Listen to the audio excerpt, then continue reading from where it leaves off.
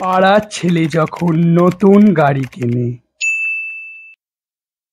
আচ্ছা দাদা, তুমি তো সবসময় হেঁটেই আসো, একটা গাড়ি কেনো না।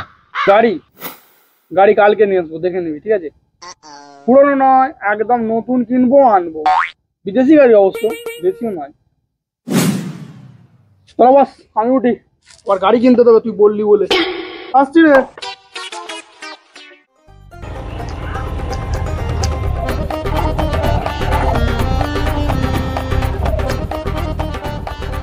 ভাই, কি গাড়ি কিনেছিস রে?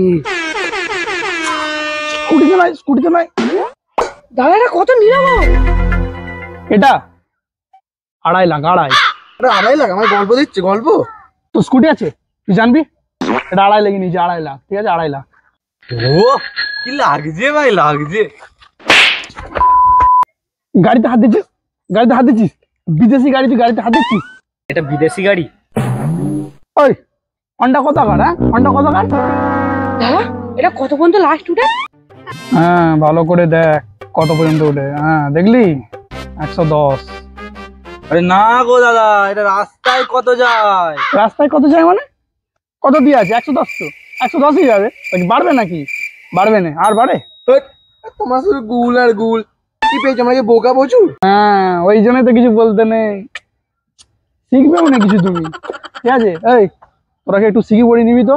আমি আসছি। হ্যাঁ, সর।